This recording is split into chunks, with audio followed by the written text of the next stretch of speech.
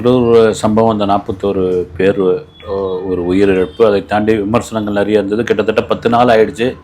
விஜய் ஏன் போகலை, இன்னும் விஜய் ஏன் ஒரு சரியான இரங்கல் தெரிவிக்கல, விஜய் போயிருக்க வேண்டியதானே, விஜய் அங்கேருந்து வந்ததே தப்பு, இந்த மாதிரியான விமர்சனங்கள் இருந்து அதன் பிறகு அது ஏறக்குறைய தமிழ்நாட்டில் உள்ளவர்கள், இந்தியாவில் உள்ளவர்களாக அதை கரூர் சம்பவத்தை அரசியலாக கையில் எடுக்க ஆரம்பிச்சிட்டாங்க. எடுத்து அது நம்ம நடந்துகிட்டு இருக்கு. நேற்று அது முந்தின நாளில் பார்த்தீங்கன்னா கமலஹாசன் போயிருந்தார். கமலஹாசன் போயிருந்தப்போ அவரும் சொல்லியிருந்தார் அவங்க எடப்பாடி பேசுறது அரசியல், நான் பேசுறது மனிதம் அப்படிலாம் அளவுக்கு ஒவ்வொரு விஷயத்தை சொல்லிட்டு இருந்தாலும் இது உண்மையான ஒரு விஷயம் என்னன்னா, எனக்கு கூட ஒரு இதுவாக இருந்தது, விஜய் போயிருக்கலாமே, டக்குன்னு போயிருக்கலாமே, இப்போ கூட நீதிமன்ற அனுமதிக்காக தான் காத்துக்கிட்டு இருக்கோன்ற மாதிரியான ஒரு தகவலாக இருக்கு.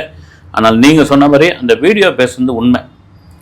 கிட்டத்தட்ட ஒரு 20 குடும்பத்துக்கிட்ட பேசியிருக்காரு. பேசினப்போ இது எதுவும் பதிவு பண்ணாதீங்க, யாருக்கிட்டையும் சொல்லாதீங்க, அதுக்கு ஒரு டீமே ரெடி பண்ணி அவங்கள இம்மிடியட்டாக மீட் பண்ணி ஆகணும். ஏன்னா எனக்கு தெரிஞ்ச இன்னொரு ரெண்டு நாளில் அக்கௌண்ட்டில் பணம் போடுற மாதிரி அந்த 20 லட்சம் 10 லட்சம் இந்த காசு கணக்கெல்லாம் தாண்டி கமலஹாசன் சொன்ன மாதிரி தான் அந்த உயிர்களுக்கு மதிப்பே கிடையாது.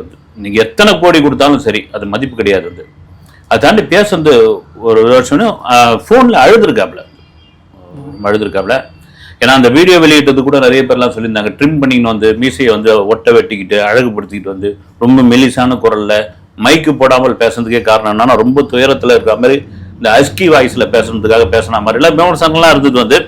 இதில் ரொம்ப அழுது, என்ன நம்பி வந்தவங்க, நீங்கள் என்ன நம்பி வந்தவங்க, உங்களுக்கு ஒரு மகனாகவும் ஒரு பெண்ணுக்கிட்ட பேசும்போது நான் ஒரு அண்ணனாகவும் கடைசி வரைக்கும் நான் இருப்பேன், இது இந்த மாதிரி எதிர்பாராமல் நடந்த ஒரு விஷயம், நானே எதிர்பார்க்கல, அதுக்காக உங்களை நான் விட்டுற மாட்டேன் அப்படின்னு உள்ளார்த்தமாக ஏன்னா நம்ம பார்க்குற நமக்கே எப்படி இருக்குதுன்னா, தனக்காக வந்த கூட்டம் அப்படின்னும் பொழுது அது எவ்வளோ பெரிய கல் நஞ்சமாக இருந்தாலும் அது கரைஞ்சு தான் போகும். அப்படி பேசுறது உண்மைதான்